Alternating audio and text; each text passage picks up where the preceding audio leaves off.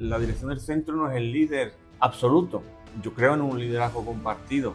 Tengo una radio de máximo 18 alumnos, pero tenemos clases de 10, de 8, de 12. Tenía un jefe de estudio antes de Carlos, Rafa. Vinieron con sus hijos aquí, vinieron un día a ver el cole, igual que esta pareja, y decidieron venirse aquí.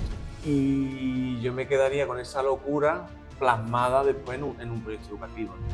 Y quiero decirlo también, este proyecto educativo renovado hace un par de cursos se basa en un modelo Rubik, el trilema. Estuvimos en Madrid también viendo vuestras escuelas y cuando vimos aquello, pues es que hay que decirlo, ¿no? Queremos esto en nuestra escuela.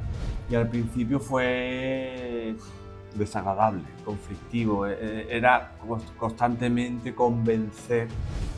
Hemos decidido también dejar de quejarnos, ¿no? Decir todos los años que tenemos profes que nos cambian mucho y que por eso no podemos, ¿qué puedo hacer con lo que tengo, no? Más que ese anhelo continuo de plantilla idónea que jamás va a venir. Y está la familia y está la escuela. Bueno, si estos niños no prestan atención y no aprenden, familia, ¿qué vas a hacer? Escuela, ¿qué vas a hacer? Tú decides si colaboras o no colaboras con nosotros. Como solemos decir, tu hijo es para toda la vida, nuestros alumnos son 12 años.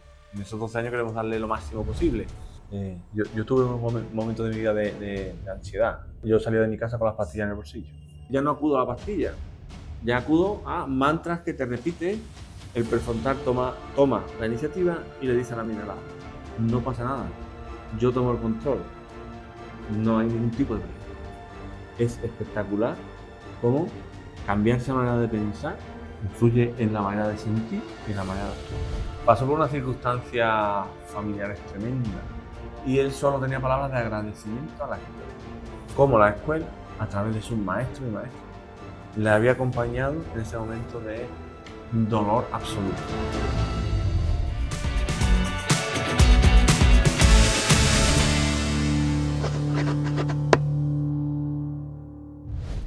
Warner Bros. Pictures present. Bueno, José, hemos traído aquí a tus amigos.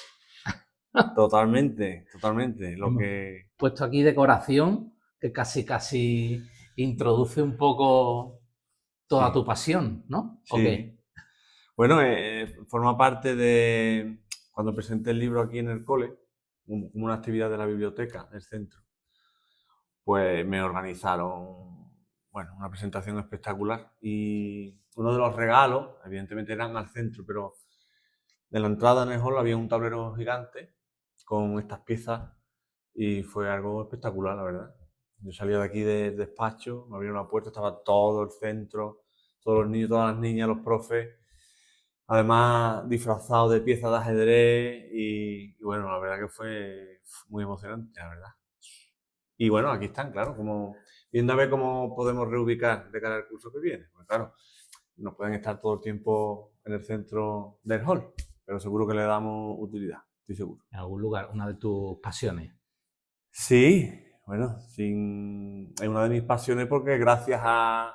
Yo empecé a jugar de chiquitito al ajedrez, pero bueno, tengo que decir que no juego muy bien. O sea, soy aficionado, por supuesto, pero y es tienes verdad... que reconocer que algunos alumnos te siguen ganando. Sí, además me lo recuerdan cada día. O sea, después cuando me ganan me lo recuerdan cada día.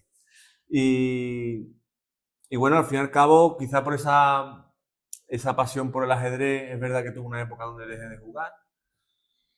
Pero a raíz de proyectos de ajedrez en la escuela, comienzo mi tesis doctoral, por dónde podía encauzarla y mira por dónde, pensando en que ya llevábamos 2 años haciendo aquí ajedrez educativo, pues bueno, se me ocurrió la idea de estudiar, de investigar cómo afectaba, qué impacto tenía jugar al ajedrez sobre la función ejecutiva y los procesos metacognitivos.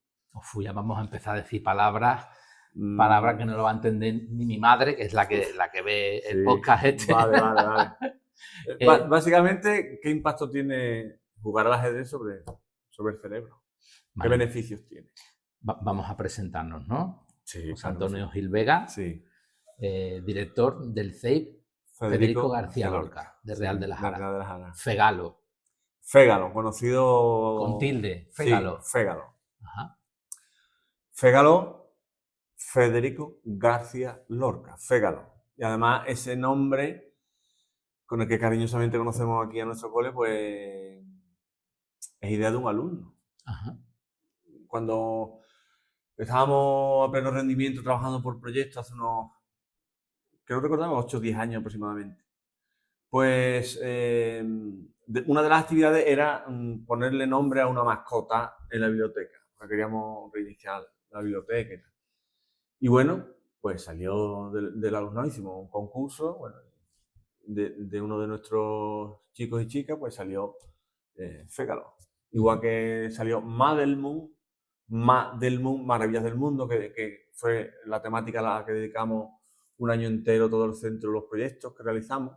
Es el mago que está en la puerta y que nos representa también, ¿no? Cuando dice la placa de una manera diferente de enseñar y de aprender. Ese mago que está ahí, pues es también origen, o lo bautiza, digamos, un niño del cole. O sea que, O sea, que los niños van bautizando y poniendo palabras a sí, todo lo que ocurre por aquí, ¿no? sí, eso es lo que intentamos, ¿no? Hacer que se impliquen y que participen y que además les gusta mucho, claro. Director del cole, Director del cole. apasionado del ajedrez, pero Sí. por conocer algo más de José, ¿crees que eso te describe? ¿Te presentarías así como director, profe, apasionado del ajedrez y de las funciones ejecutivas?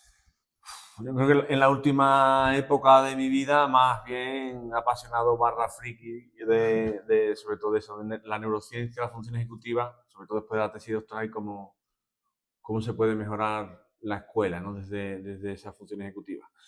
Bueno, director, eso es lo que pone en el cartel del despacho, pero es verdad que pocas veces estoy. Nos gusta más al equipo directivo estar juntos, tenemos una sala donde trabajamos juntos. Y fíjate, Martín, que me gusta más quizás hablar de liderazgo, de líder, o coliderazgo, porque evidentemente el equipo, el equipo directivo para mí es la clave del funcionamiento del centro. Y más que director, a mí me gustaría más hablar de ese liderazgo, ¿no? Esa capacidad de tener influencia sobre otras personas a través de la confianza y poder, bueno, llevar a proyectos y a crecimiento personal y profesional de todas las personas que pasan por aquí y evidentemente del propio equipo directivo. No es fácil y sí es bueno, creo, digamos, autoidentificarse con ser líder. Parece que en el campo educativo parece como si fuese un poco "Ay, de qué vas", ¿no? Pero incluso nosotros hemos hablado de la, digamos, de esa magia, de ese poder influir en los demás como algo positivo, que lo lleves, digamos, a gala y con normalidad, creo que es muy bueno, ¿no? Es muy sano. Sí, bueno, la dirección del centro no es el líder absoluto. Yo creo en un liderazgo compartido, también sostenible en el tiempo, ¿verdad? Porque, bueno, los proyectos para obtener resultados pues, necesitamos una serie de años, ¿no? Pero para mí un líder también es el tutor que está en clase. Es decir, a lo mejor hay que matizar un poco ese concepto de liderazgo y ya te digo, yo tengo un tipo de liderazgo, pero mis maestros y mis maestras son líderes también, por supuestísimo, porque también están influenciando en sus niños y en sus niñas, con lo cual creo que hay que hablar con naturalidad de liderazgo más que de dirección, jefatura, es como un poco ahí, ¿no? Todavía a mí me suena. Es verdad que hay que ponerle un nombre porque nos tenemos que organizar, la administración así te lo pide. Pero a mí me gusta más eso y sobre todo el liderazgo compartido. La jefa de estudio es líder también y María José, nuestra secretaria, también, igual que Caro como jefatura. O sea que Pero fíjate que cuando realmente coincide tener un cargo con ser un verdadero líder es cuando se puede producir algo de magia. Y creo que un poco de eso pasa en tu cole, porque estás describiendo tu equipo directivo, que para ti es clave en un centro en el que la volatilidad profesional, por llamarlo de una manera, sí. o los cambios constantes, cada año se te va un porcentaje altísimo de profesores. ¿Qué porcentaje normalmente se te van de un año para otro? A ver, la media está entre un 60 y un 80, Depende del año, depende ¿no? del año. Si nos vamos a los extremos, pues estamos en plantilla 18 maestros y maestras, pues tuvimos años en los que nos quedábamos 4 o 5. El resto, todo personal nuevo cada año. También es cierto que a través del proyecto Comunidad de Aprendizaje hemos conseguido que los profes que quieren quedarse tengamos esa opción y se pueden quedar, con lo cual, bueno, pues hemos subido un poquito, depende del año también, a 6, 7, pero de 18 sigue siendo un porcentaje bastante bajo de compañeros y compañeras bueno, que permanecen aquí cada año, con lo que supone dar continuidad a los proyectos y sostenerlos en el tiempo, que hacía referencia antes, ¿no? Hemos comprobado que cuando aproximadamente la mitad de la plantilla permanece un par de años, 3 años, los resultados mejoran bastante, mucho, ¿no? Muchísimo, porque ya están metidos en la dinámica, ya no preguntan, ya van solos, porque intentamos eso, ¿no? Generar esa confianza y que se equivoquen, y que pregunten y que indaguen. Yo siempre recuerdo una de las directrices importantes vistas en otros países del mundo para incluso recuperar centros educativos que se han metido digamos, en ciclos casi autodestructivos, como este tipo de medidas, ¿no? Como que la administración incluso premia, incluso en algunos lugares del mundo económicamente, a algún profesional que permanece 3, 5, conforme vas permaneciendo, y cómo la permanencia del profesorado hace mejorar el propio centro en general, ¿no? Ahí la administración tiene, bueno, en otras zonas tiene zonas de difícil desempeño que le llaman, ¿no? Ajá. Y es proclive a que los maestros se puedan quedar. Aquí, hombre, difícil desempeño no entendemos que sea, pero complejo desempeño sí, y que si después a mí mi jefe, mi administración, me pide rendición de cuentas, yo te la doy, pero dame al menos 4 años, lo que dura un proyecto de dirección, donde efectivamente yo te rindo cuenta, pero con una plantilla que quieras estar y quieras vivir estos 4 años implicados aquí con todo lo que conlleva. Yo un ejemplo que pongo mucho, sobre todo al principio cuando empezamos, yo le decía a la administración, bueno, imaginaros que vosotros cambiáis vuestros equipos cada año. ¿Os imagináis por un momento eso? ¿Cómo desarrollaríais vuestros proyectos? ¿Cómo lo mediríais? Claro, y se quedan pensando. Por lo menos piensan en ese momento o lo hacemos ser un poquito empático, ¿no? Porque es muy difícil. Es un gasto de energía muy potente. Me estás dando como muchas claves sobre las que preguntarte. Primero sobre las características especiales de tu cole, el entorno en el que estás, sobre el liderazgo compartido y, en cierta manera, incluso las semillas de liderazgo que estás plantando en algunos de los que pasan por tu cole, que pueden ser líderes en otros colegios, a pesar de lo duro de que no estén, ¿no? Pero me gustaría, digamos, primero situar el cole en donde estamos, que no sé si un atractivo podría ser el propio Real de las Jaras, ¿no? Yo creo que venir aquí, en principio, debería ser una maravilla, ¿no? Hombre, el entorno es espectacular, la verdad. Pueblo de 1.500, 1.600 habitantes, con un entorno natural envidiable. Tú conoces el centro y, bueno, salir al patio y ver enfrente el castillo, naturaleza pura, animales que los escuchan en el patio, ¿no? Es una auténtica maravilla. Después, qué decir, ¿no? De la gastronomía y de... Es un entorno espectacular y de que también se aprovecha el centro, evidentemente, para hacer diferentes actividades o bueno, simplemente disfrutar con diferentes salidas y actividades.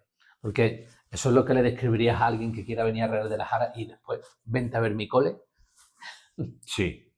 De hecho, una cosa sin la otra, venir al pueblo y no visitar el cole, te falta algo. Te falta algo. De hecho, te cuento, Marcín, como anécdota, que la semana pasada, apenas quedaban unos días lectivos, vino, creo que era por el Corpus quizá, que era fiesta en Sevilla, y viene una pareja de maestros y de maestras en ese día festivo con su hijo. Vienen a ver el cole, que habían oído hablar de él, y vienen a verlo. Entonces una compañera se lo enseña y cuando se van preguntan que, bueno, que que si hay plazas aquí, que tal, que habían visto el proyecto educativo. Y lo mismo, y habían venido de turismo, Sí. pero les trajo aquí también, no sé, claro, son maestros, bueno, pues yo creo que todo maestro, ¿no? Que además si tiene ganas de cambiar de aire, pues voy a un pueblo y voy a ver el cole. Y aquí cuando entras en el cole, bueno, pues evidentemente la vista se te llena, ¿no? De estímulos. ¿Crees que conseguiremos en algunas zonas contrarrestar ese movimiento hacia la urbis, hacia las grandes ciudades? Yo creo que no, aparentemente, socialmente sí hay, ¿no? Esa búsqueda del pueblo, la tranquilidad, otro entorno, pero, no sé, los condicionantes. Depende de lo que hacia dónde nos quieran llevar. Por eso la importancia, ¿no? de desarrollar tanto el pensamiento crítico, la toma de decisiones y todas estas cosas, ¿no? Porque al final, bueno, nos hemos criado, ¿no? La mayoría de los docentes aquí más estables nos hemos criado en entornos rurales. Y evidentemente yo a día de hoy no lo cambio por la urbe. ¿Por qué? Primero la radio, ¿no? Aquí, esto cuando lo escuché los compañeros y compañeras, y tengo una radio de máximo 18 alumnos. 20 el año que viene, el primero de la ESO, vamos a tener 21. Pero tenemos clases de 10, de 8, de 12.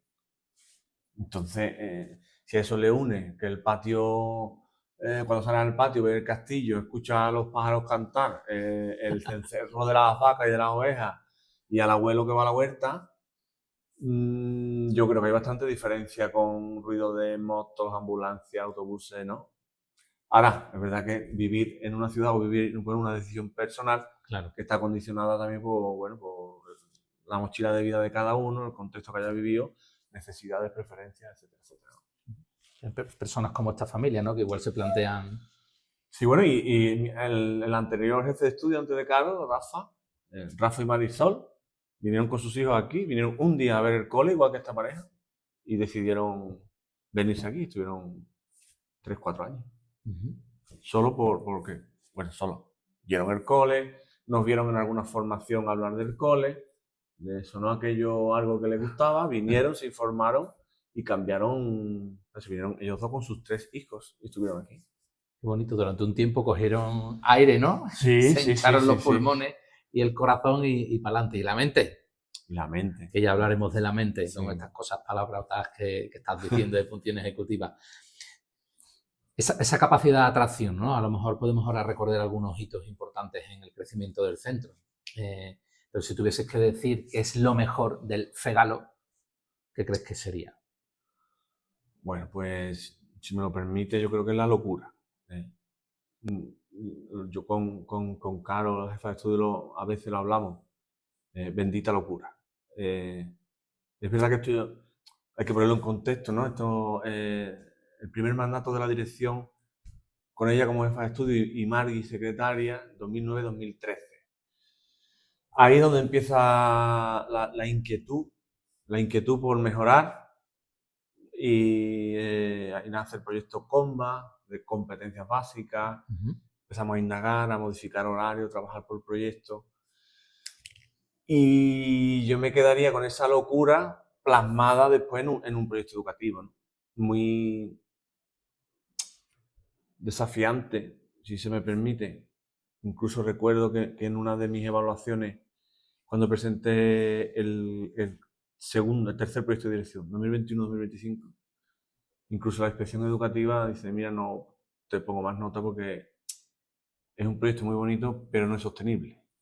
Y ahí quizá también empezamos a tomar conciencia un poco, ¿no? Que aunque tuviéramos esa locura, lo mismo había que estar menos loco, no es por nada, sino porque no era posible con el desgaste que conllevaba. Entonces, destaco el proyecto educativo, destaco sus instalaciones, el hall te atrapa con todo lo que tenemos, ¿no? Siempre vinculado a cosas que hemos hecho.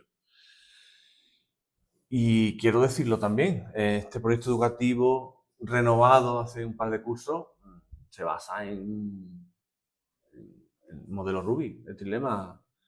Cuando lo conocimos, aparte que Trilema ha sido, y esto no es que esto hay que decirlo. Que me parece que te hemos pagado. No, claro, hay un antes y un después de Trilema. Yo estoy voy a Soria, estuvimos en Madrid también viendo vuestras escuelas y cuando vimos aquello, pues es que hay que decirlo, ¿no? Queremos esto en nuestra escuela, lo queremos. Y con nuestra idiosincrasia y, bueno, con nuestro contexto, pero el pilar básico, es decir, nos empezamos a formar en cooperativo, en pensamiento, trabajo por proyecto, con vosotros. Esas dinámicas nos gustan, vemos resultados, vemos, a pesar de la crítica externa, que está funcionando. Y yo pienso que tenemos un proyecto educativo muy bonito, ambicioso. Bueno, ya habrá tiempo de bajar escalones, de bajar locura. Pero si tengo algo que destacar, me quedaría con eso, con un proyecto tan ambicioso y tan bonito. Y las instalaciones y sobre todo este hall que tenemos y que todo lo que intentamos hacer a nivel de ambientes tiene que ver con querer estar aquí. Y entiendo yo que también, o sea, el proyecto no es papel, es realidades, ¿no?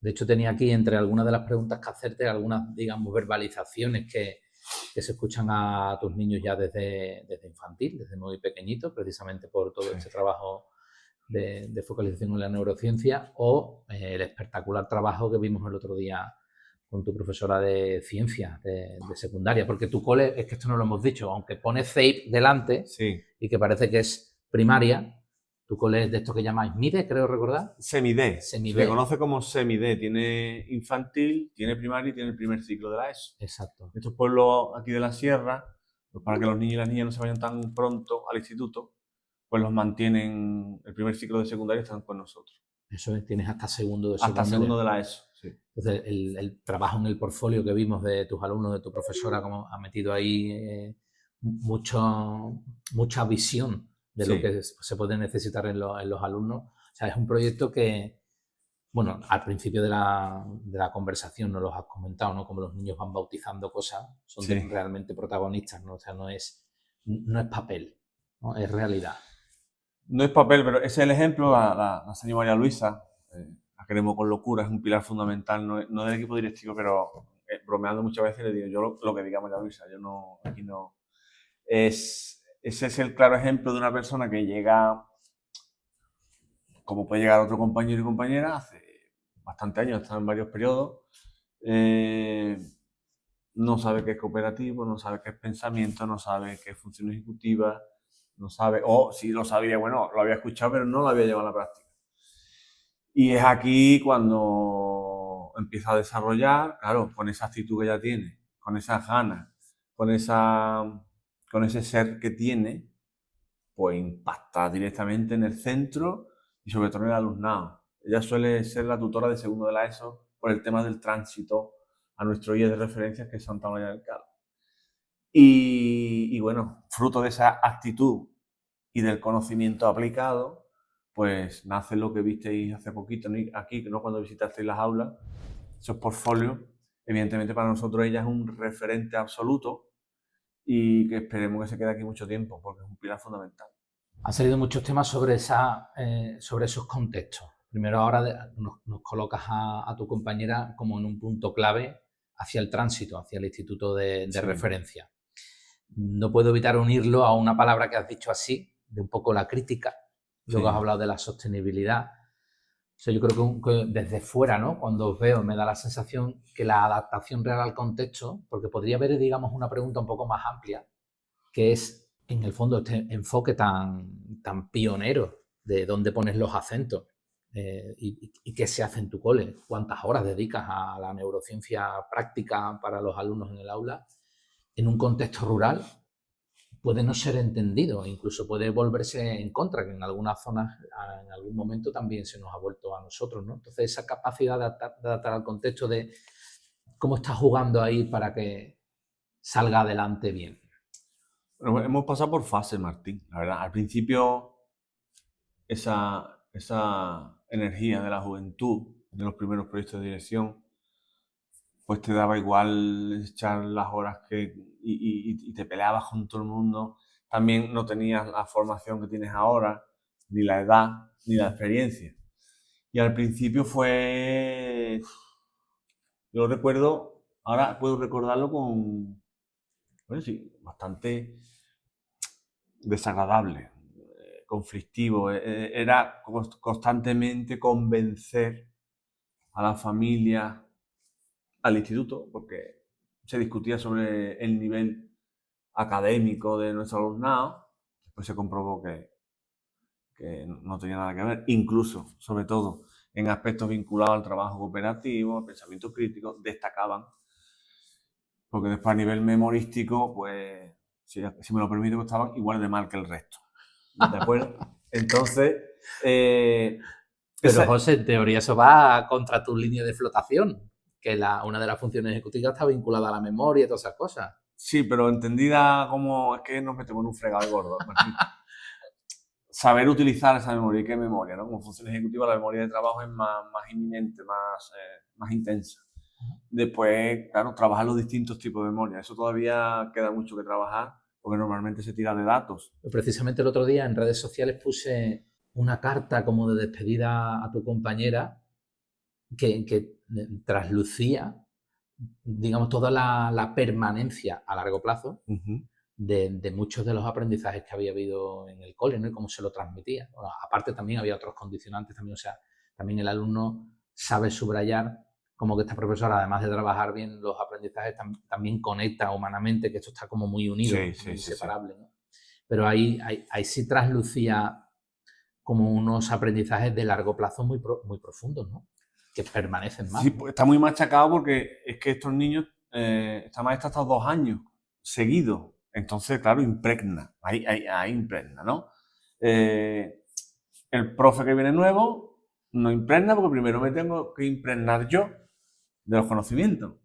Cuando le habla aquí de todas estas cosas que estamos hablando, he oído hablar, sí, parece que, pero después ya cuando ven de verdad la profundidad del proyecto, eso, hacen lo que yo acabo de hacer, soplan, pero en la mayoría de los casos creen porque cuando les damos la formación a ellos, les decimos que esa formación que no piensen en que se la van a llevar al alumnado, sino que piensen en cómo funcionan ellos, para después poderlo llevar a la práctica y empatizar mucho con el alumnado, teniendo en cuenta que el alumnado está en pleno desarrollo y nosotros se supone que ya estamos desarrollados. Porque aunque no es fácil y te he interrumpido y te voy a dejar que sigas elaborando la teoría de la conspiranoica, de la crítica a la sostenibilidad, pero que toca ahí eso también en un punto importante, que supongo que habrá días que lo maldecirá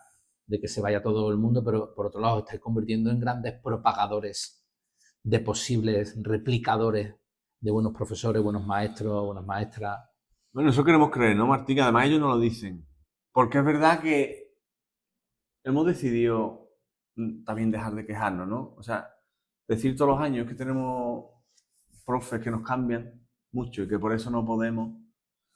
Bueno, pues habrá que reestructurar y qué puedo hacer con lo que tengo, ¿no? Más que ese anhelo continuo de plantilla idónea que jamás va a venir. Entonces, prefiero pensar que es cierto que compañeros y compañeras que han pasado por aquí, además ellos lo dicen, se llevan muchas cosas. Pues si se las llevan, pues esperemos que las dejen caer en tierra fértil y que dentro de unos años, pues hayamos contribuido de alguna manera a mejorar las vidas de las personas que se encargan de ayudar a aprender y de las que aprenden los niños, ¿no? Seguro que sí, seguro que sí. Voy a dejar ir un apunte para después, pero que te he interrumpido y no quiero que dejes de contarnos están todos igual de mal, que es donde he dicho yo, cuidado con la línea de flotación. Sí. A ver, cuéntame eso, cómo lo estás gestionando, porque también te recuerdo en proyectos justos de tránsito, que tú te metes en todos los fregados, que ya hablaremos en el próximo fregado que te quieres meter, aunque me alegro, pero intentando mejorar precisamente el cuidado, ¿no? La conexión entre los institutos de la zona, para que todas estas cuestiones, digamos, más de fondo que permiten aprender mejor, o sea, te has metido en muchos fregados, ¿no? Entonces, ¿cómo estás gestionando justo ese tema, ¿no? Esa posible crítica que no sé si lleva detrás, no sé si nos apetece trabajar de otra manera, todo el lío este, ¿no? salía en las reuniones del tránsito de los equipos directivos de las direcciones, nos reunimos cada cierto tiempo para, bueno, valorar eso, resultados, convivencia. Y normalmente los temas recurrentes es metodología y evaluación. Claro, es que chocaba, si aquí trabajo por proyecto, incorporando cooperativos, pensamiento, función ejecutiva, estoy hablando de hace ya 7, 8, 9 años. Y tú hablabas de aquello en aquellas reuniones, allí era, bueno, claro, hay que decir que ellos también tienen la misma problemática que nosotros. Claustros que rotan mucho más alumnado, el perfil del profesor del instituto no es el perfil de la escuela primaria, con lo cual, bueno, pues yo dije allí una vez, digo, vamos a hacer algo, no podemos estar todos los años diciendo lo mismo, ¿no? Y propuse, bueno, pues, y además se llamaba así Proyecto Tránsito. Solicitamos a la Consejería de Educación el Proyecto Tránsito, cuyo principal objetivo es que todos los centros de la zona con el instituto de referencia, pues que trabajáramos metodología y evaluación comunes. Y así se hizo, y vino personal de la Fundación Trilema a formarnos, me acuerdo, aquello fue muy emocionante a la vez que estresante, también tengo que decirlo, coordinar a 100 maestros y profesores, primaria, secundaria, de todas las especialidades, de muchos puntos geográficos. Pues al final en Santa Olalla allí nos cedieron una instalación al ayuntamiento y allí se realizó la formación. Después también el instituto. Claro, ¿qué ha pasado con eso? Pues que se hizo, que todos los equipos directivos tuvimos a nuestro alcance los recursos vinculados a instrumentos de evaluación comunes y a cooperativo y pensamiento, y bueno, entre que continúan los cambios, además cambios de equipos directivos, Sí. es que es muy difícil. Esto no se trata, yo me daba una etapa primera más rebelde. Sí, pero también, o sea, tú en claves que habías visto, aunque puedas decir que a lo mejor la juventud y tal, las ganas, pero tú habías descubierto claves en tu centro y compartimos en aquel momento también un trabajo que hacíamos en el CIE Sierra de Cádiz, ¿no? Como esto, los que llamábamos los grupos Innova, ¿no? Sí. Profesores que querían. Yo creo que a veces la pública es al menos cuidar a los que quieren. Entonces, entre ellos, el equipo directivo que medio lo ve, aunque sea medio, tratar de una pequeña estructura que por mucho cambio que hubiese, permitiese crear un proyecto educativo suficientemente sólido en su esqueleto o en su andamio, que el que fuese viniendo tuviese la posibilidad de engancharse. Otra cosa es que luego te viene gente que no quiere, pero que tuviese la posibilidad. Entonces, yo sí leí ahí, a pesar de, evidentemente, el estrés que vivía, porque no era fácil, porque te ponías como a liderar aquello, y claro, tenías a los equipos directivos enfrente diciendo, bueno, eso es lo que estás diciendo tú, y tú eres el de allí, yo soy el de aquí, o sea, es un poquito complicado. Pero en cierta manera había unas intuiciones de que había pequeñas estructuras que podrían incrementar la probabilidad de que algunas cosas funcionasen mejor, ¿no? Sí, lo que pasa que a nivel personal, y no solo hablo de mí, sino de equipo directivo a la hora de coliderar, ¿no? Es que llega un momento en que te afecta a la salud. Y además sin resultado, entiéndeme, a nivel objetivo. ¿Sí? Sabíamos, ojo, y hay compañeros y compañeras que 8 o 9 años después dicen, oye, que yo eso lo estoy haciendo. O sea, yo ya con eso, mira, perfecto. Es decir, no se trata... Con eso recupera la salud. Claro, bueno, pues algo quedó, ¿no? O fue fuente de inspiración para continuar o profundizar en algunos conocimientos a nivel profesional. No lo hemos vuelto a intentar, es verdad que en las reuniones, bueno, el tema de los resultados sigue siendo subjetivo, ahí hay unas estadísticas, pero a mí me gusta mirar desde el final.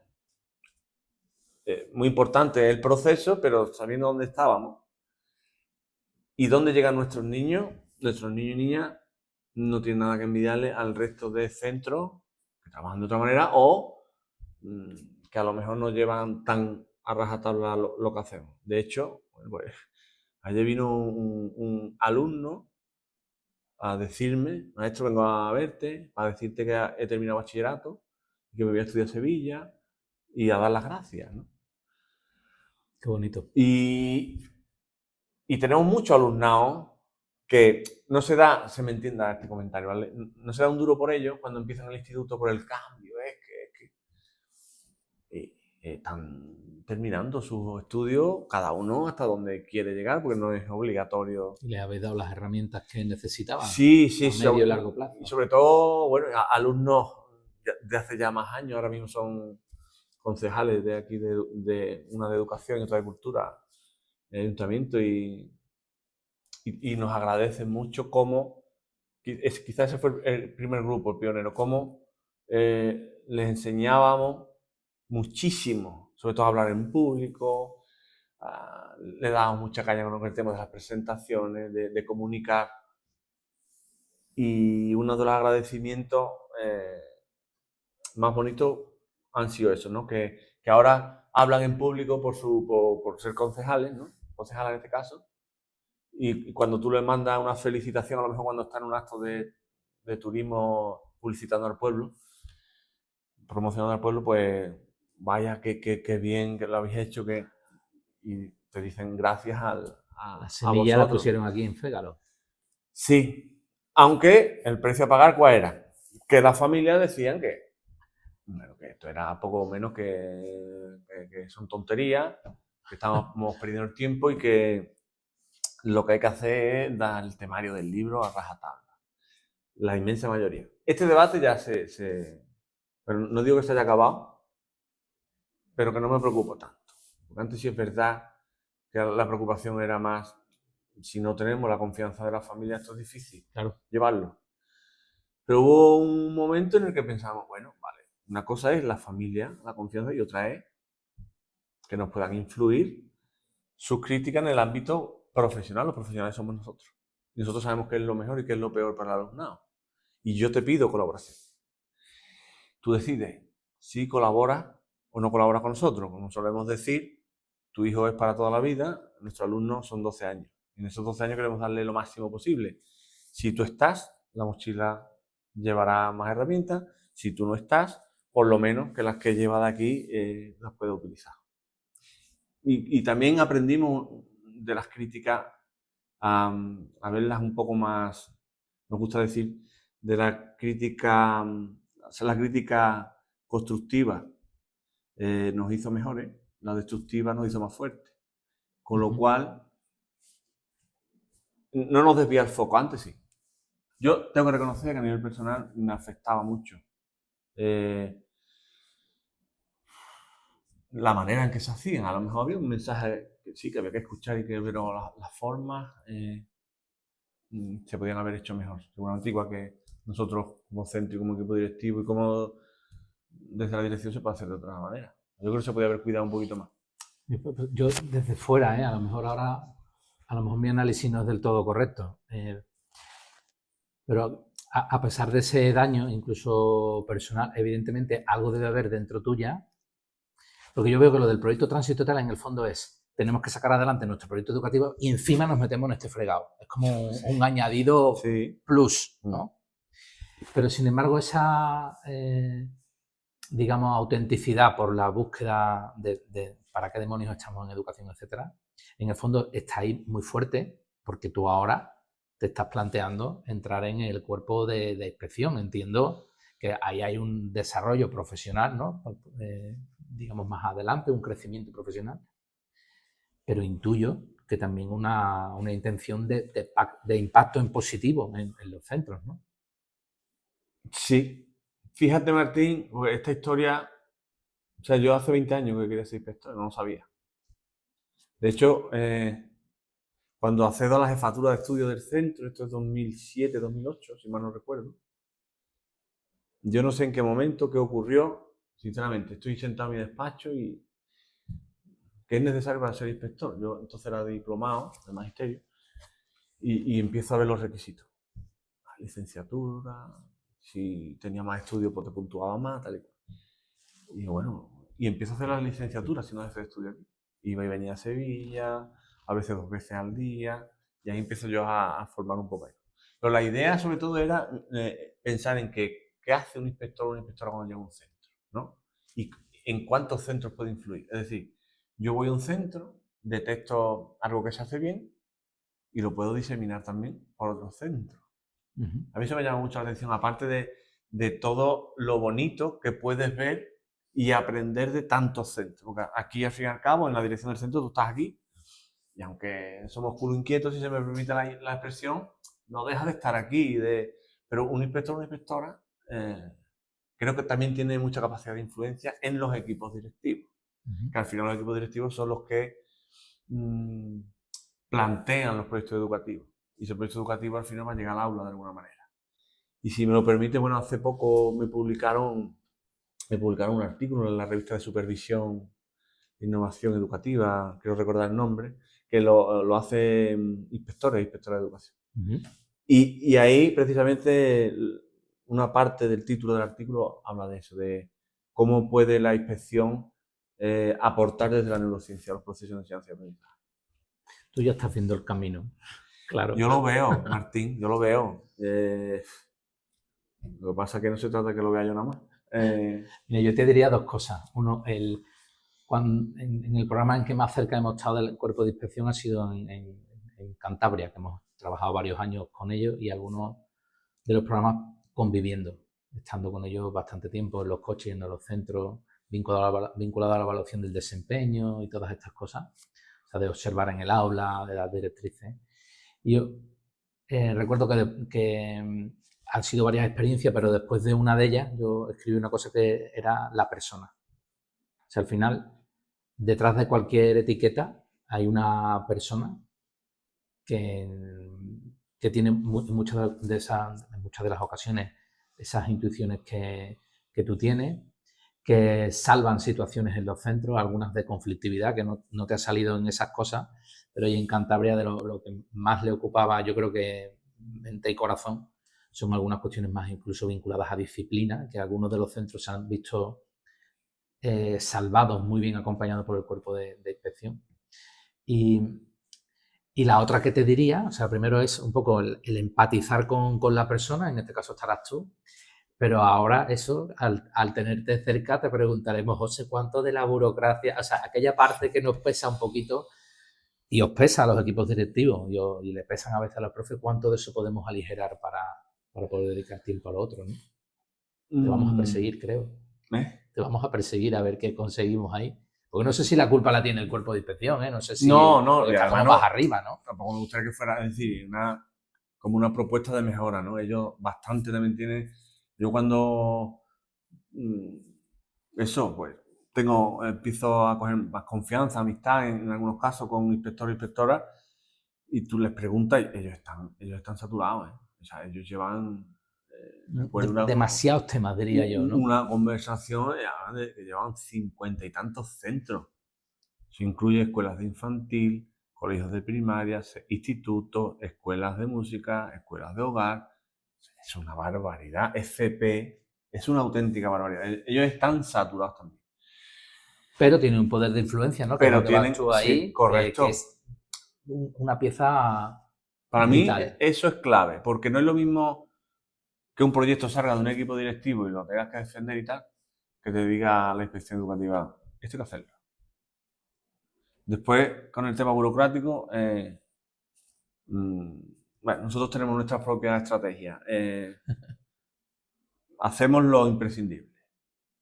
Y como solemos decir aquí, y que se me entienda, ¿no? Invito mucho a mis compañeros y compañeras de direcciones escolares, porque en los grupos que tenemos de WhatsApp y tal, se huele el cortisol, se huele. Solo en los mensajes, en la manera, en las horas, en los días. Y en alguna formación que he tenido oportunidad para ello, yo los invito a la rebelión dulce. Pues no os metáis en tantas cosas. Lo que pasa es que es verdad que la administración a veces, pues si no te metes en esto, no te doy esto. Claro, algunas cosas tienen que estar bien ordenadas y claro, bien hechas, eso sí. está claro.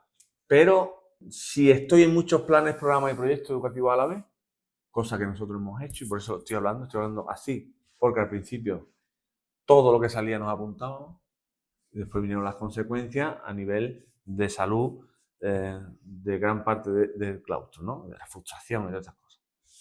Pues, ya que hemos decidido qué es lo verdaderamente importante, dónde podemos impactar directamente en el aula a nuestro alumnado para que tenga más recursos.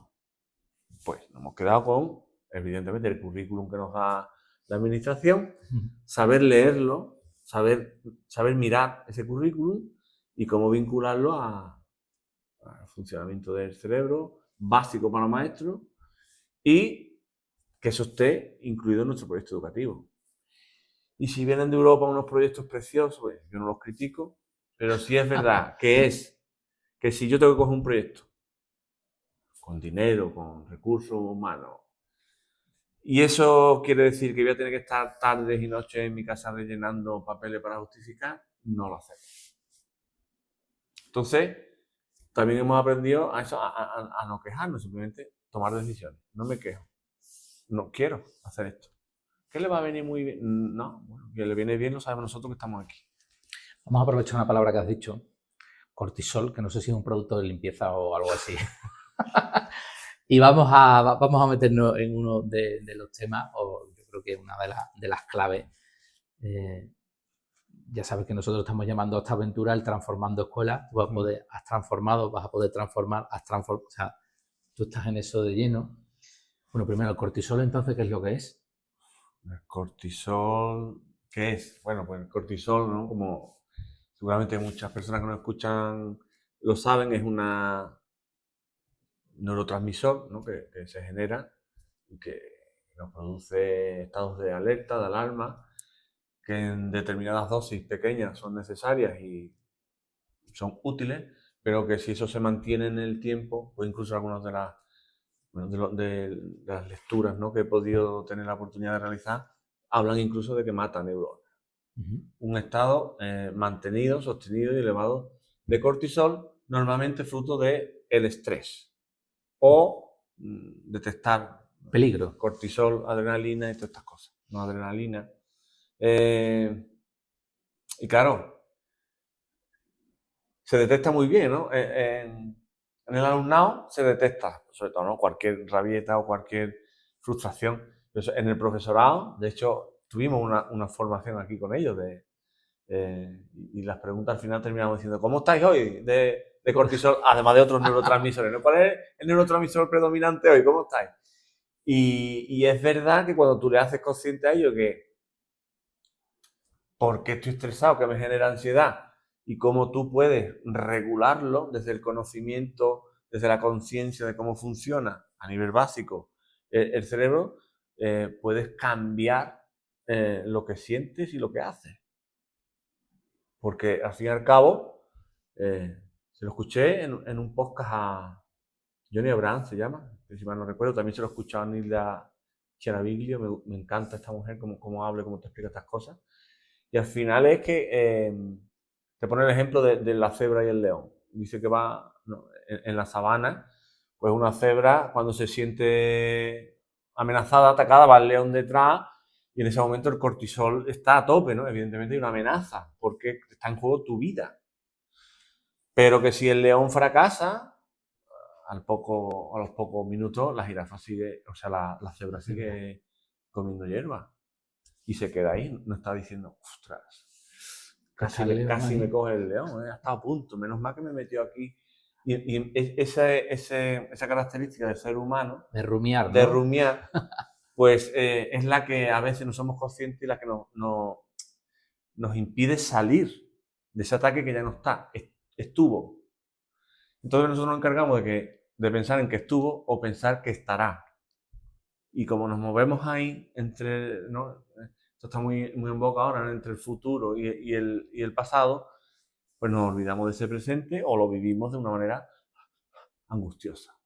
¿Cuál es según Abraham, cuál es hoy día, cuáles son nuestros leones? Facturas, trabajos, compromisos que nos llevan a un ritmo de vida que en el pueblo es más saludable que en la ciudad. Es más fácil desmarcarse de ese ritmo. Y ya no entro en temas de redes sociales ni porque, bueno... Ni de todos los leones educativos porque nos vamos a ir, José. Y te quiero preguntar, o sea, me he enganchado al cortisol, has demostrado ahí tu formación. Solemos decir que los líderes, los equipos directivos en tu caso, ¿no? Que estás subrayando tanto tu equipo como transmitirlo al profesorado, ¿no? Ese liderazgo distribuido, compartido. Deben estar basados en visión, ¿no? En estudiar constantemente. Yo creo que es una inquietud que tú has tenido siempre. De hecho, yo creo que la primera vez que te vi físicamente fue en la Universidad de Nebrija, cuando estábamos con la cátedra precisamente de funciones ejecutivas. Y fue donde te conocí. Creo que algún compañero mío, no sé si Javi te conocía ya anteriormente, pero yo te conocí ahí, en uno de los talleres. Siempre has tenido ese querer estudiar y me ha resultado curiosa la conexión que has hecho, ¿no? Entre, bueno, la administración nos da cosas, en este caso el currículum. Vamos a ver cómo está ahí metido todo el tema del cerebro. O sea, tú sí estás viviendo que si lo nuestro es la naturaleza del aprendizaje, lo que tenemos que saber es cómo funciona esta cosita que tenemos, bueno, no solo en la cabeza, sino yo creo que no, repartido por el cuerpo. Repartido, pero bueno, fundamentalmente. Y de ahí, y de toda la investigación que has hecho sobre esto que llamamos funciones ejecutivas, ¿no? Que a veces cuando lo contamos hablamos de la conciencia de cómo transcurre el aprendizaje o qué permite que transcurra el aprendizaje desde que entra un input hasta que se, digamos, se asimila en la memoria más a largo plazo, si es posible, aunque a veces necesitas la de corto. Y la metacognición como capacidad de reconocer todo ese recorrido, ¿no?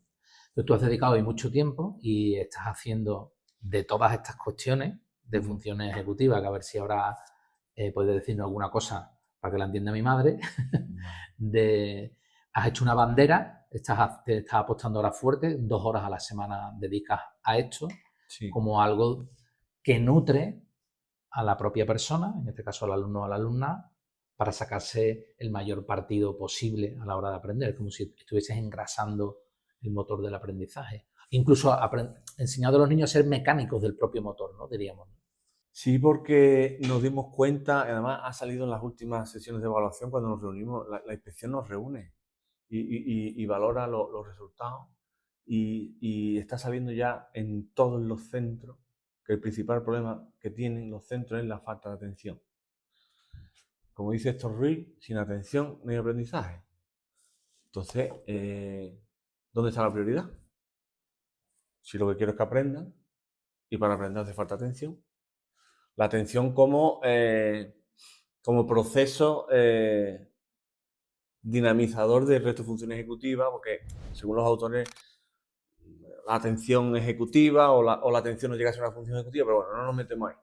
El caso es que nuestros niños están perdiendo atención. Están saliendo bastante literatura científica que habla sobre todo del uso inadecuado de pantalla. El uso inadecuado de pantalla no creo que vaya a llegar mejor, a no ser que lo prohíban. Que por mí lo firmaría ahora mismo hasta determinadas edades y con una serie, ¿no? Pues nosotros nos encontramos aquí eso. Los niños no prestan atención.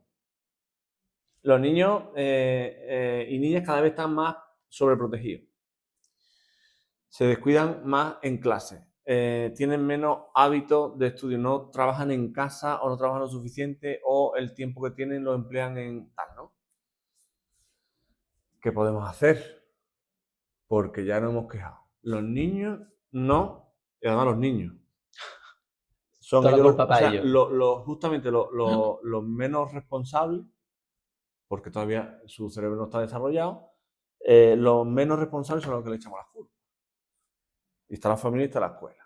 Bueno, pues si estos niños no prestan atención y no aprenden, familia, ¿qué vas a hacer? Escuela, ¿qué vas a hacer? La escuela, ¿qué va a hacer? ¿Qué está haciendo? ¿Qué queremos hacer? Trabajar la atención y la función ejecutiva a través de un taller semanal que ha ido sufriendo modificación. No hemos ido ya a 3 medias horas o 4 medias horas en función también de la etapa y del ciclo. Y de esas actividades, habíamos dicho antes, Martín, familia, ¿qué vas a hacer? Escuela, ¿qué vas a hacer? La escuela va a hacer eso y además te voy a decir, familia, toma. Si nos quieres acompañar en este proceso, podrías hacer estas cosas. Podrías hacer estas actividades en casa. Tú eliges. Tu hijo toda la vida, nuestro niño, nuestro alumno, 12 años. Y para seguir bajando para la comprensión, estamos todo el tiempo hablando de la función ejecutiva, has hablado claramente de la atención. Sí. Has hablado de la memoria.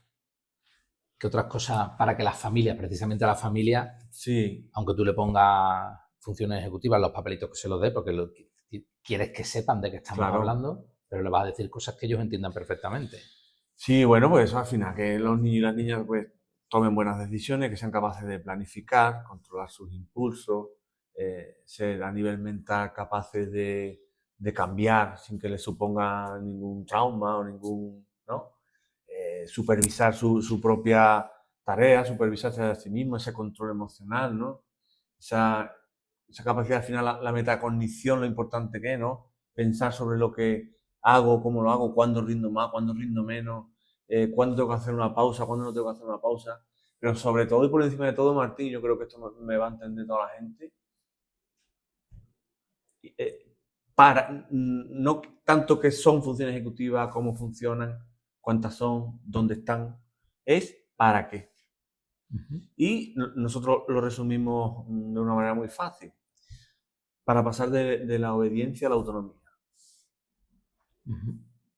Para que tengamos personas más libre pensadoras, esa capacidad de elegir lo que piensa, elegir lo que siente, elegir lo que hace, en busca de esa libertad, libre albedrío. Esa es la...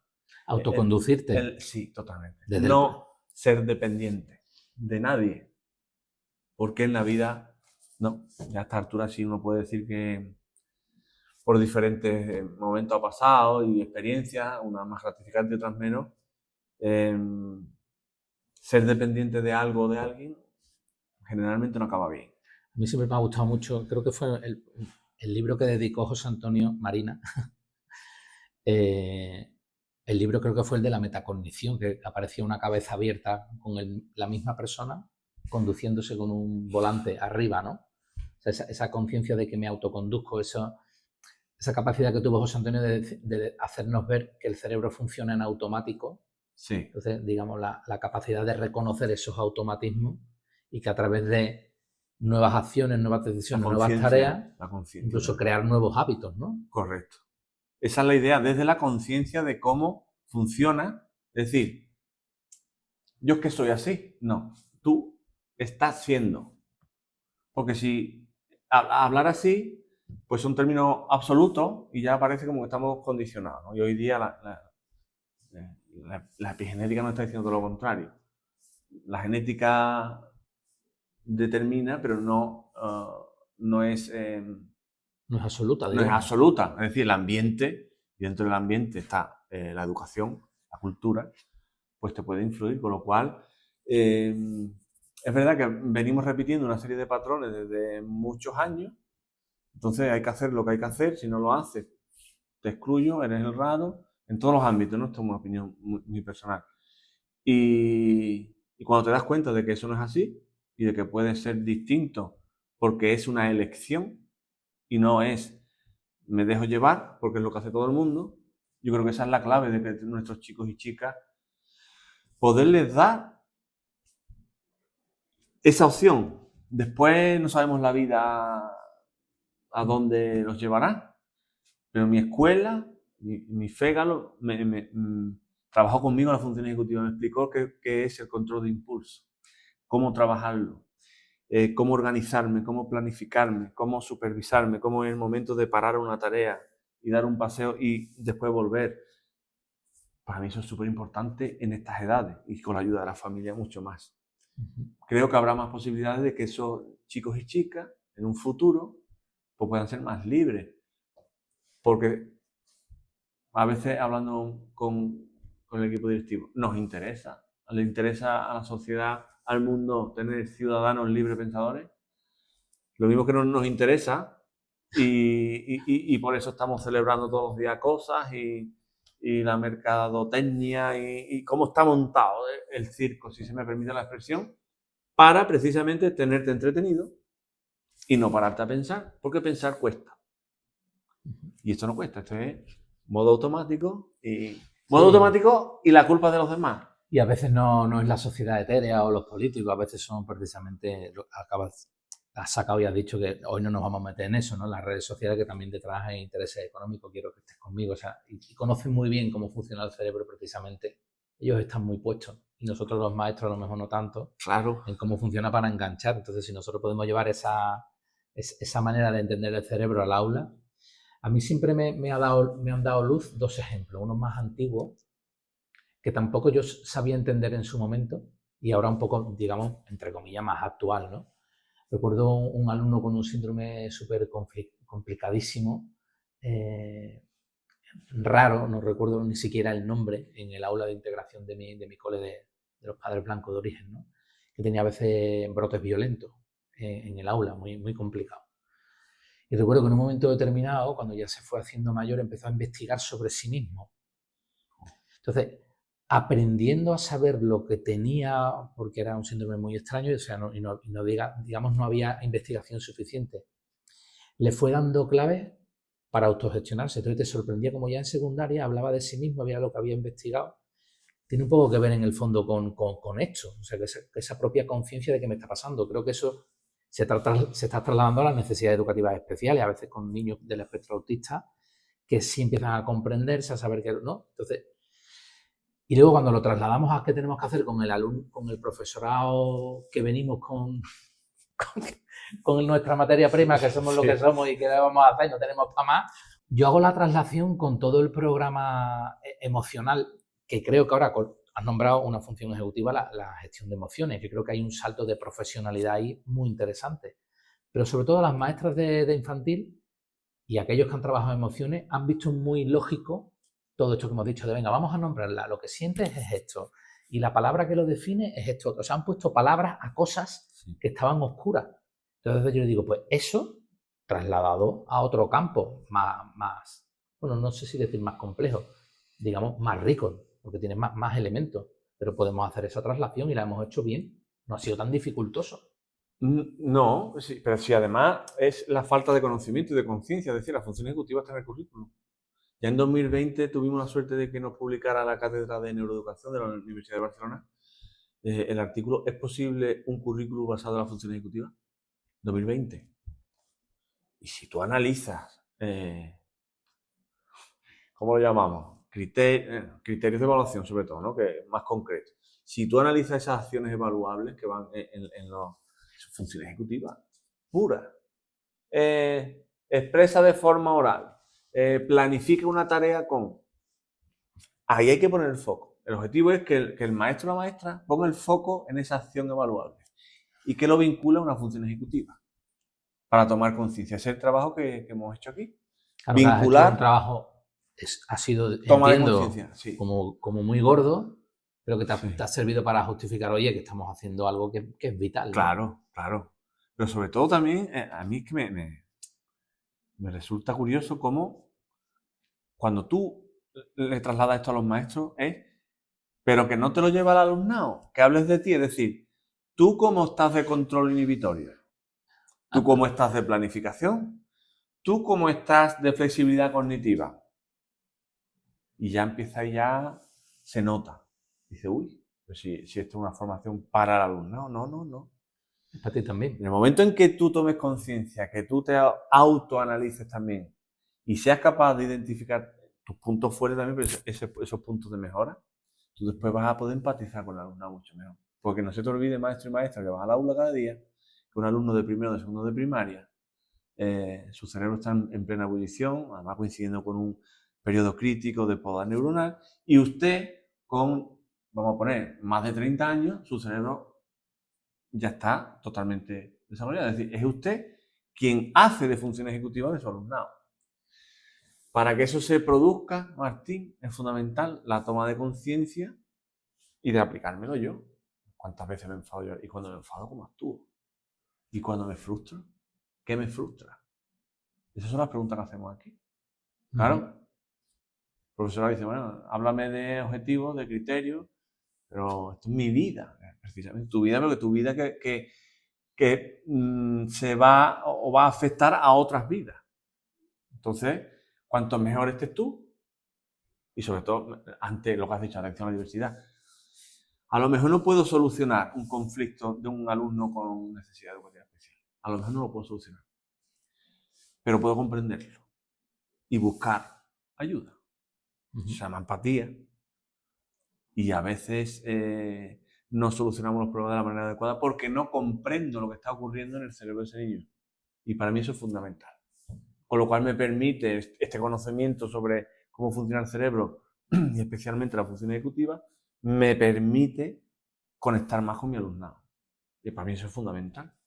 Es que para mí ha sido un paradigma del ya no le puedo dar la espalda a esto. O sea, me ha permitido comprendernos las personas, comprender todo este manejo. ¿Sabes? Normalmente describes, ¿no? Eso también está puesto en nuestro planteamiento didáctico, ¿no? Describes el no es fácil, el que no es capaz de ponerse, el que se frustra ante el error y manda toda la porra y lo deja, el que no es capaz de dirigir intencionalmente la atención. O sea, se describe muy fácilmente el no, pero y el sí y la posibilidad de gestionarlo, yo creo que ese es el avance y para mí es un ineludible. Y lo que tú dices, a veces te ocurre ya sobre ti mismo, o sea, estás comprendiendo parte de lo que pasa en sobre todo nuestra porque mente. No pones el foco en la potencialidad, es decir, si pones en el defecto y pones el foco ahí, lo desvías de la potencialidad. Y esa potencialidad, la neurociencia hoy día nos está diciendo que se llama plasticidad neuronal, que tenemos un cerebro con capacidad de aprendizaje y aprender no es más que eso, un cerebro que continuamente se está adaptando. Entonces, claro, por favor, neurociencia aplicada a la educación ya en todas las facultades de magisterio, formación continua en neurociencia ya en todas las formaciones y centros del profesorado y incluso inspectores e inspectoras especializados en eso y que la administración pueda tener esa visión desde la neurociencia, porque es la ciencia del aprendizaje, ¿no? Es decir, tú a veces me estás mandando cosas que o no se pueden hacer, o no es conveniente, o hay que priorizar otras. Y el profesorado, pues no siempre, por esa carga burocrática, por los conocimientos que tiene, por la formación recibida, va en ese modo automático también. Es que ni se plantea. Y luego ahora tenemos ejemplos prácticos de aulas, porque al final el maestro necesita, ¿y con esto qué hago? Que está un entrenamiento consciente y evidente de esa función ejecutiva, de esos mecanismos de atención o lo que sea, y también la posibilidad de cómo recorrerlo durante el currículum que tú has comentado. Y yo creo que cada vez tenemos más ejemplos. Pero estamos empezando. Pero que luego al maestro hay que darle, y esto yo, ¿cómo lo hago en mates? ¿Cómo lo hago en lengua? ¿Cómo lo hago en ciencias? ¿Cómo lo hago en tecnología? ¿Cómo lo hago en Es que es muy fácil, Martín. Es que fíjate, es que es muy fácil. Matemáticas. Famosa instrucción aquí en Andalucía, ¿no? De solución de problemas, los pasos heurísticos. Eso es función ejecutiva pura, eso es metacognición. Antes, durante y después. Ah, esto es metacognición. Pues yo creo que metacognición era ir a otro planeta. No, esto es metacognición y función ejecutiva. Bueno, a otro planeta o venirse a Real de la Jara. Bueno, quiero decir que a veces también piensa los compañeros y compañeras que es mucho más sencillo de lo que parece. Muchísimo más sencillo. No tienes que hacer una tesis doctoral, no tienes que hacer un máster, si lo haces mejor. Pero no, simplemente. Pero sí a lo mejor una mirada consciente, ¿no? Porque claro. Si no pasa desapercibido, no se trabaja o lo que sea. ¿Qué haces tú cuando le mandas un trabajo a un niño? ¿Qué haces antes, qué haces durante y qué haces después? Con que tengas eso en cuenta, ya estamos trabajando en metacognición y 2 funciones ejecutivas básicas. O 3, planificación, supervisión de ti mismo y supervisión de la tarea. Pues déjame hacerte las 3 últimas preguntas o foco. Ya empezando a agradecerte el tiempo que nos has dedicado. El primero tiene que ver con algo que has dicho ahora mismo, ¿no? Con los profesores nuevos que te vienen, que en el fondo salió al principio de la conversación, que esta sostenibilidad del modelo, vas a ir a un escalón profesional diferente pronto, el proyecto educativo de centro lleva muchos años. Es verdad que no será siempre el mismo, porque la propia aprendibilidad de la educación de los niños, de los maestros y de las maestras va a hacer que siempre se vaya enriqueciendo. Pero ¿qué hacemos, no? ¿O qué crees que tienes que hacer para que el proyecto educativo, a pesar de, digamos, todos estos movimientos, sea permanente? ¿O cuáles han sido las claves que tú estás tocando para que, a pesar de que vayan viniendo toda esta gente, siga dando, digamos, teniendo unos pilares sólidos, ¿no? Sobre el que avanzar y que no venga cualquier viento y se vaya? Bueno, son varias patas, ¿no? Las que sustentan, ¿no? Primero, bueno, el conocimiento, ¿no? La investigación, saber qué funciona. Después incluirlo en un proyecto educativo que vincula a toda la comunidad educativa. Después el apoyo de la inspección. Este proyecto lo apoya la inspección siempre. Y ya te digo, incluso propuesto como buena práctica. Y después, bueno, los 4, 5, 6 compañeros y compañeras que están aquí creen en el proyecto, lo han vivido. Es verdad que ellos tienen más formación que los que vienen y con lo cual hacen que esto pueda ser sostenible. Además, la continuidad en caso de que sucediera que diera el salto a la inspección, el equipo directivo, no hay ninguna duda de que seguiría porque confía, porque es que tenemos muy claro que el foco es ese.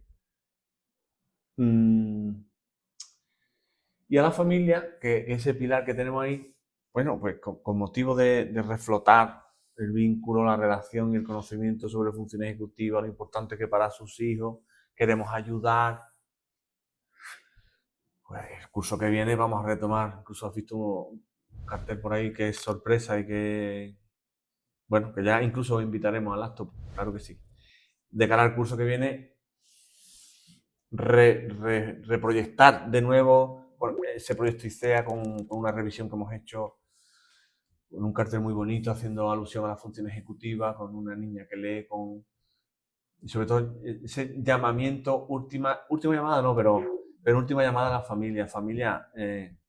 Pues después viene la familia a decir, no sé qué hacer conmigo. Montados en el tren. Montados en el tren. Montaron en el tren porque cuando te llamamos en alguna ocasión para informarte de un conflicto de tu hijo o tu hija, detrás suele haber lo que suele haber.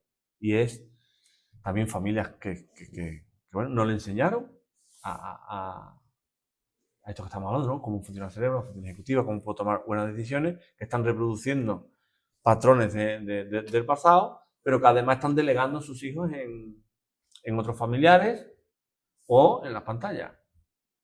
Y yo creo, una opinión, que no se puede ser padre por delegación o madre por delegación. En momentos puntuales puedo entenderlo, porque también nos han metido en esa necesidad de tener que trabajar los dos para poderlo pagar todo, porque cada vez tengo que pagar más cosas.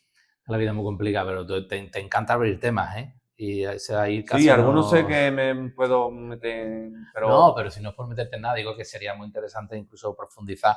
Sí, pero bueno, es que está todo... Claro, yo no sé si leo de lo que me dice, me ha parecido intuir como dos claves importantes. Una, que es real que has hecho equipo, pues si no al final si te vas se podría desmoronar tantos años de investigación de trabajo. Además no hubiera sido un buen liderazgo, ¿no? Claro.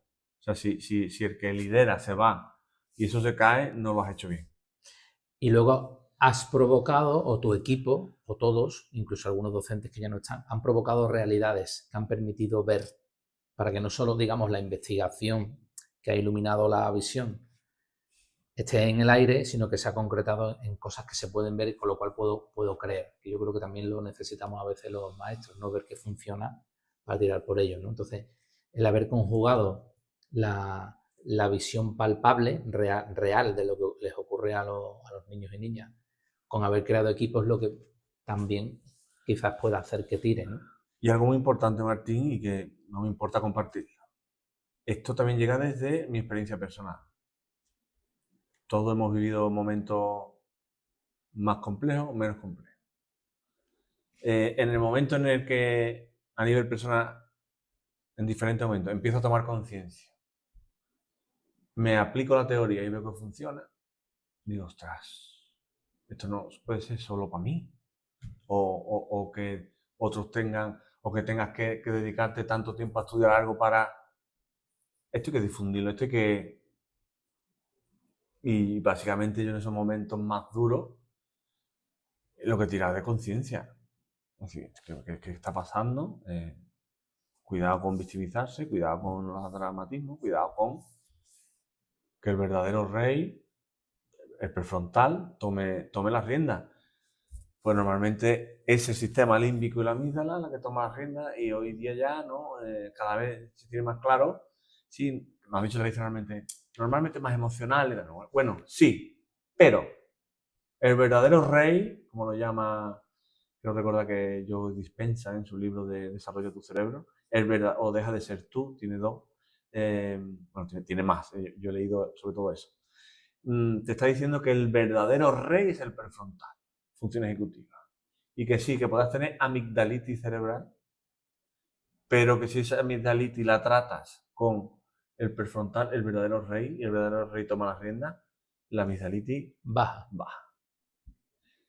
¿Qué ocurre? Que para que el verdadero rey tome las riendas,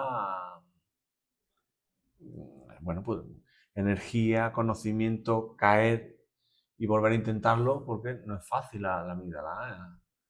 Sabe muy bien cómo juega, porque bueno, está ahí por lo que está, ¿no? Básicamente como un núcleo del sistema límbico es para defendernos, y entonces ante muchas amenazas se hiperactiva, casos violentos, traumas, está ahí.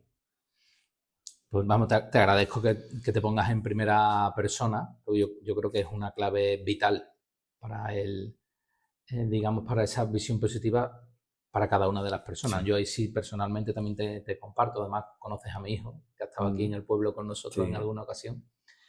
Él es psicólogo, se dedica a esto y todo su trabajo va por ahí. Él también encontró oro en las funciones ejecutivas y, digamos, él se enorgullece de que en poco tiempo le da las herramientas a las personas para que no dependan, por supuesto, de él, ni de, digamos, otros reyes que podamos tener mentalmente, ¿no? Y la verdad es que lo estoy viviendo, más que personalmente, que yo creo que algunas cosas yo creo que más o menos también trato de aplicarme, pero sí como en personas con muchas dificultades realmente en esa autogestión están creciendo mucho, ¿no? Pues mira, voy a ir un poco más. Cuando yo no entendía de verdad cómo funcionaba, yo tuve un momento de mi vida de ansiedad, bastante. Yo salía de mi casa con las pastillas en el bolsillo. Entonces cuando yo entraba en una crisis de ansiedad, cuando estás ahí, todo te parece que te amenazan, huyes, atacas, te defiendes, estás en un estado de alerta máximo, cortisol a tope. Entonces, emergencia, pastilla, no de la lengua, ya, baja el nivel de cortisol, menos cortisol, más prefrontal, más razonamiento, más aprendizaje, más memoria. Cuando acudo a una terapia y veo también, ¿no? Hago autoterapia, ¿no? Ya sabiendo dónde están las fuentes potentes, yo acudo a ellas. Y hago un seminario de ansiedad, de cómo funciona el cerebro. O sea, tenía algunas nociones, pero no. Ahí es donde me explican el ejemplo que he explicado de la cebra y el león. Ajá. Cuando yo ya soy capaz, todavía, o sea, yo tengo residuos de ansiedad en un momento determinado, porque son los coletazos, ¿no? Eso queda. Yo ahora ante una situación estresante o cuando detecta que mi amígdala me lleva al futuro para estresarme, ¿qué va a pasar? Cuidado. Ayer, ¿no? La entrevista con Martín, prepáratela. No, un ejemplo, ¿no? Ya no es, un ejemplo demasiado básico, ¿no? A lo mejor sí, no, pero sí, perdóname, pero... Sí, ya no es, ya no acudo a la pastilla, ya acudo a mantras que te repite. El prefrontal toma la iniciativa y le dice a la amígdala, ¿no? No hay ningún peligro. No es necesario que esté hiperactivada. No pasa nada. Yo tomo el control. No hay ningún tipo de peligro. Es espectacular cómo cambiar esa manera de pensar influye en la manera de sentir y en la manera de actuar. Como dice Johnny Abraham, y así te va. Pensar, sentir, actuar. Yo ya las pastillas, no me acuerdo de ellas ni las tengo en el bolsillo. Yo he estado dando conferencias con las pastillas en el bolsillo. Ahora pues identifico momentos, digo, uy, ¿esto qué es? Mensaje directo. Pues el mensaje primero, ¿cuál es? Estás en peligro, cuidado. Y eso se retroalimenta y vas a peor. Ahora es desconectar eso. Es decir, a la mitad, quédate ahí, que no viene ningún león, ni nos van a matar a nadie, ni hay ningún peligro. Eso funciona. A mí me ha ayudado, ha transformado mi vida en positivo. Primero, a no ser dependiente de medicamentos, y ha sido gracias a que he comprendido cómo funciona el cerebro. Si esto no lo explicaran desde pequeñito, como aquí queremos hacer, ostras, pues yo creo que evidentemente en un futuro las decisiones serían Sin duda. mejores, ¿no? Independientemente de que nunca sabremos cuál es la mejor, porque como no podemos tomar las dos a la vez, ¿no? En muchos casos. Entonces, oye, por eso también, ¿no? Si a mí me ha servido, quiero que a otras personas les sirva. Cuesta mucho trabajo aquí, digo aquí, porque bueno, es donde te encuentras las anécdotas más graciosas, ¿no? Cuando tú hablas de esto con el profesor, yo soy así, y tú ya eso lo pones en cuarentena, ¿eres así? ¿O estás así? ¿O estás siendo? ¿Sabes que lo puedes cambiar? Yo es que de toda la vida, yo es que... Bueno, pero es que lo puedes cambiar. Porque si lo cambias también te abre otro mundo, en fin. Y ahí es donde yo creo que conectamos ya con el profesorado y entiende por dónde vamos. No tanto en si has dado todo el currículum al completo, sino has dado completamente lo verdaderamente importante del currículum vinculado a función ejecutiva. Con el trabajo que cuesta supervisar eso, claro, porque tenemos dificultades. Te agradezco mucho digamos, el haber ahondado todavía más en lo personal. Creo que pone mucha luz, a pesar del riesgo que tomas en poner el ejemplo, con lo cual te lo agradezco. Detrás de ahí hay conocimiento vinculado a poner palabras, ¿no? Todo lo que hablamos de las autoinstrucciones, hay muchas cosas que están ahí detrás. Yo quiero devolverte el agradecimiento, te lo hemos devuelto todo el tiempo, con tu amigo aquí en la entrevista con nosotros, de la que casi no hemos hablado. Acabas de sacar un libro vinculado al ajedrez, ¿no? Lo has presentado hace poco. Sí, bueno, es la tesis doctoral. 7 años de investigación. Porque pasar por diferentes momentos donde hubo que dejarla, aparcarla, después retomarla. La comencé en 2017, la presenté en marzo del año pasado, 2024. Y bueno, antes de dejarla ahí en un archivo de PDF en un ordenador o guardado en un cajón, bueno, pues ¿por qué no, no? Tomé la iniciativa de publicarlo. Y bueno, sí, en marzo de 2025, el 20 de marzo se publicó. Y bueno, al final habla de eso, ¿no? De cómo impacta el ajedrez educativo en las funciones ejecutivas y los procesos metacognitivos de niños y niñas de 10 a 14 años. Y bueno, no deja de ser, quiero decir, nadie espere un ensayo y es una tesis doctoral con todo lo bueno y lo malo que tiene a la hora de decidir, me lo voy a comprar o me lo voy a comprar. Sinceramente, es lo que menos me preocupa, porque bueno, nos ganamos la vida de otra manera. Pero sí a nivel de los resultados, ¿no? Y de toda la teoría que hay ahí recogida, aplicada después, además en centros públicos y de primaria y secundaria de diferentes contextos, ¿no? De aquí de colegios de Te Sevilla. lo habrás pasado bien, te gusta investigar, te gusta el ajedrez, te gustan las funciones, o sea, te lo habrás pasado bien Sí. dentro de lo duro que ha sido parirlo, ¿no? Sí, bueno, ha sido difícil, sobre todo a la hora de supervisar y controlar, gestionar todo, que todo el proceso se realizara de manera correcta. Porque claro, hay un método en la investigación y hay que cumplirlo. Y es verdad que empezamos por 600, 700 alumnos y al final la muestra se quedó en 301. Más de la mitad. ¿Por qué? Pues porque de todos los cuestionarios que se pasaban, en algún momento alguno falló y ese ya había que retirarlo. Estamos hablando que se presentaron instrumentos de evaluación de funciones ejecutivas, instrumentos de evaluación de metacognición, instrumentos de evaluación de ajedrez. Hablando de entre 4 y 6 cuestionarios por niño, que cuando empezamos éramos 600, 700, Ya. Complejo. Pues sí. Además después, bueno, formar a los profesores participantes, bueno, pero... Y a pesar de todos esos datos, José, tendrás la espinita clavada de que parece que, ¿no?, entró con fuerza lo del ajedrez, ahora no está tanto. Te dará un poco de pena, ¿no? Digo yo, ¿no? ¿Te refieres aquí al centro? Y al centro y en general, porque yo creo que en general hubo una ola, ¿no?, hace quizás, ¿no?, 15, 20 años aproximadamente, que parecía que iba a entrar casi como una asignatura complementaria por todo el beneficio y parece que está un poco más parado, ¿no? Es que me acuerdo mucho de Carmen cuando estuvo aquí, ¿no? Su ejemplo que pone siempre de los quesitos. Si quiero poner un quesito, tengo que quitar otro. Si meto el ajedrez en la escuela como un taller, como nosotros lo teníamos, ¿qué voy a ¿Qué voy a quitar? Impacto del ajedrez, tal cual está ahora, la administración lo mete porque, bueno, esto es una recomendación del Parlamento Europeo a los Estados miembros donde le dice, oiga, metan el ajedrez en su sistema educativo.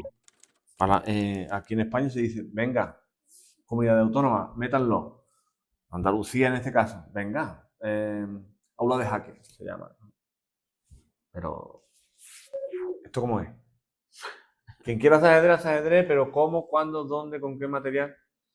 Que es una de las problemáticas que veo yo con el resto de planes, programas y proyectos. El cine en la escuela, ecoescuela. Está muy bien. Pero ¿esto funciona o no funciona? Hasta donde yo sé, se evalúa poco los planes, programas y proyectos en educación, al menos en el ámbito público. Porque ya te digo que a nosotros nos han dado un proyecto de investigación, nosotros si lo hemos evaluado nos va a costar dinero. Pero el cine en la escuela, ¿qué impacto tiene? El ajedrez en la escuela, ¿cuándo? ¿Qué jugamos? ¿Los recreos? ¿Lo metemos en la hora de matemáticas? ¿Con qué material? ¿Con qué currículum? ¿Vinculado a currículum? ¿No vinculado a currículum? ¿Cómo se evalúa esto? ¿Qué le digo a la familia? Ostras, es muy complejo. Nosotros es verdad que tuvimos una gran suerte, incluso sale, ¿no?, en el programa Maneras de Educar en 2017, Televisión Española viene aquí y nos hace un reportaje documental y sale el aula de ajedrez. Nosotros tenemos una aula de ajedrez inmensa, donde las piezas son los alumnos en aquellos tiempos. Habíamos cogido un método que es el que ha sido investigado en la tesis.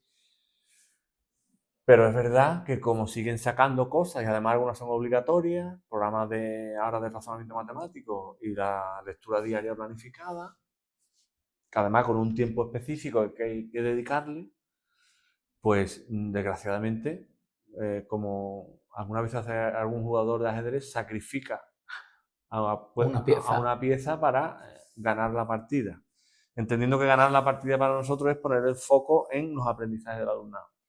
Y si eso requiere que quitemos una hora de ajedrez como le dedicábamos antes, lo tenemos que quitar.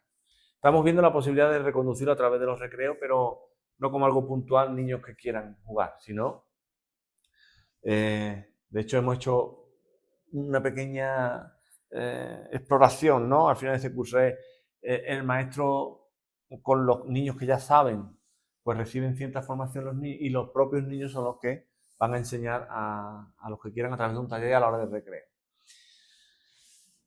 Pero hacerlo de manera estructurada, la administración se tendría que plantear qué quesito quito.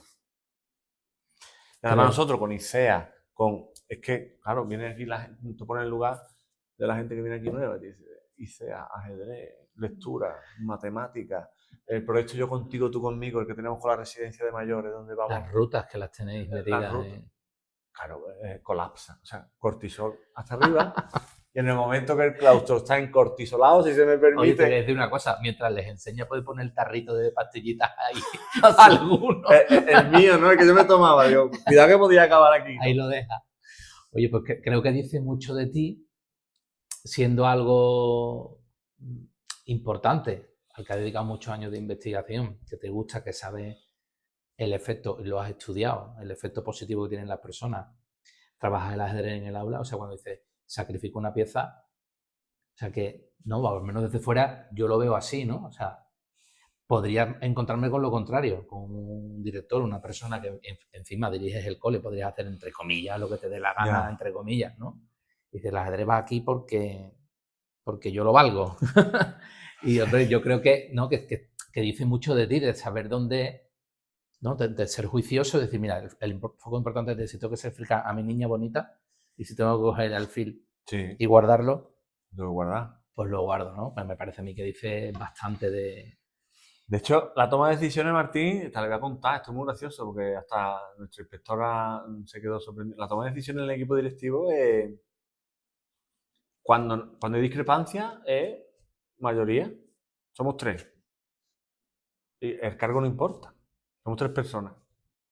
Cuando hay 2 que tiran a un lado y otro cree que no, estas 2 personas, sean las que ocupen el cargo que ocupen, eso se hace. Y hay a veces que la señora María José, secretaria, la señora Caro, jefa de estudios, dicen por aquí, y yo no estoy muy de acuerdo por allí. Es decir, es verdad que después te afectan todas las decisiones, tú eres el máximo responsable, pero creo mucho en, una vez que en argumentar, justificar y decisiones conjuntas de las personas que estamos aquí, evidentemente. Damos la palabra también a los que vienen nuevos, pero... Y dejar equivocarse, ¿no? Sí. También, ¿no? No pasa Sí. nada, ¿no? Y asumir los errores del equipo como de uno, ¿no? Y a lo mejor fiarte también de intuiciones, ¿no? Creo que dice mucho de ti. Lo último, con lo que me gusta cerrar un poco las conversaciones, son 3 nombres, ¿vale? Entonces te voy a preguntar por un líder educativo, puede ser histórico, puede ser un investigador, alguien que crees que ha impactado en educación, impacta en educación y que en el fondo deja huella en cómo entendemos la educación o cómo tú la entiendes, ¿no? Pues el primero que se me ha venido y te lo voy a decir. En 2012 conozco personalmente y de manera totalmente casual a Richard Gerber. Bueno, casual, o sea, voy a Madrid a un congreso mundial de educación, y también conozco a Vizquerra y otros grandes. Y en un descanso salgo a tomar algo y me lo encuentro allí. O sea, el proceso de innovación en mí también interior empieza con él. Él era director también de escuelas en su país, y empieza a modificar horarios, y para mí ha ejercido una influencia tremenda, Richard Gerber. Sí, hay más, evidentemente. Podría decir mucho, pero si me pides uno... Uno, Richard. Richard. Ricardo para los amigos. Sí, Ricardo para los amigos. Un maestro o maestra. Un maestro o maestra para mí, de mi infancia, de ahora, un maestro. Quien quieras. Carolina Marín Domínguez, mi jefa de estudio actual. Maestra y fuente de inspiración permanente, constante, y hasta tal punto que bueno, nos hablamos de hermanos, ¿no? Pero comenzamos juntos y el primer libro de neurociencia me lo regaló ella. Eso no se me olvidará en la vida. La palabra neurociencia la escucho por primera vez en boca de ella, ahí en el despacho, en mi despacho de dirección. Caro. La Caro, ¿eh? Mi hermana, Caro. Richard Caro. Y ahora un alumno o una alumna. Francisquito. Y no puedo contar mucho más porque tocaría aspectos de su vida, pero sí quiero... No hace falta, ¿eh? Pero quiero, porque Francisquito y no otro. Hay muchos y adorables, los actuales concejales de Educación y Cultura, porque además Francisquito forma parte de esa generación. Tuve la oportunidad de ser tutor de ellos y yo estaba en ese momento chungo, en uno de ellos, ¿no? Que la vida te pone. Y a mí me quitó todas las tonterías. Evidentemente por no desvelar datos suyos. Pasó por unas circunstancias familiares tremendas. Y él solo tenía palabras de agradecimiento a la escuela. Como la escuela, a través de sus maestros y maestras, le había acompañado en ese momento de dolor absoluto. Contextualizo un poquito más. La señora Caro, al final todo está conectado. La señora Caro le manda un trabajo desde el área de lengua. Esto es primero de la ESO, ¿vale? Le manda un trabajo sobre su autobiografía. La señora Caro lee la autobiografía y, consciente del impacto, se cae de espalda. Dice, ve al maestro Gil y se la lee. Entra, llama a la policía y dice, maestro, voy a contarte mi biografía. Y yo que intuía algo, digo, ¿me permites que te grabe? Es un documento que está ahí, son 13 minutos espectaculares, con los permisos familiares y propios de él, ya mayor de edad, por supuesto. En algunas formaciones lo pongo. Cuenta su vida, su historia, dentro del trabajo de la autobiografía. Y lejos de caer en el victimismo, que empieza a dar consejos de vida. Con una vida que de verdad, Martín, es es muy dolorosa. Pérdidas cercanas, muy dolorosas, muy consecutivas. Y el tío hace un alarde de aplicar lo que sus maestros y maestras le han enseñado, que te quedas muerto. Entonces, para mí Francisquito será una persona siempre muy especial, por lo que relata ahí y por lo que todavía nos vemos. Él vive aquí en el Real, yo no, pero nos solemos ver y nos abrazamos, nos damos los besos, porque la verdad que es una historia traumática y a la vez que bella e inspiradora, ¿no? De hecho, yo muchas veces, en momentos, aparte del verdadero rey y todas estas cosas, yo me lo pongo a él, me pongo a Francisquito. Te da una lección sin saber neurociencia y sin saber, es una lección de vida. Entonces, sin duda, independientemente de que hay, ya con tantos años aquí, muchísimos alumnos que han impactado muchísimo, Francisquito forma parte importante incluso de mi vida personal, sin duda. Pues creo que no debería decir nada porque lo único que puedo hacer es estropearlo. Para cerrar este rato de conversación, te lo agradezco mucho de corazón y espero que el León Martín, que por el cortisol de ayer no haya sido tan fiera como lo pintan. Que va. No. Hombre, para que se entienda. Sí, que era un ejemplo, que era un ejemplo. Que estoy bien, que estoy bien. Es simplemente que cuando hay situaciones, a lo mejor se sale de lo planificado, lógico, siempre hay esos coletazos, pero me encanta porque, bueno, está en el proceso, ¿no? De la pastilla a la autogestión para ser libre, si no era dependiente de la pastilla, ¿no? Claro. Bueno, pues nada, pues yo creo que sí se merece, no sé si la calidez del abrazo que das a Francisquito Real de la Jara, pero un abrazo por sí, claro que sí. Las gracias por haber estado contigo. Gracias a ti.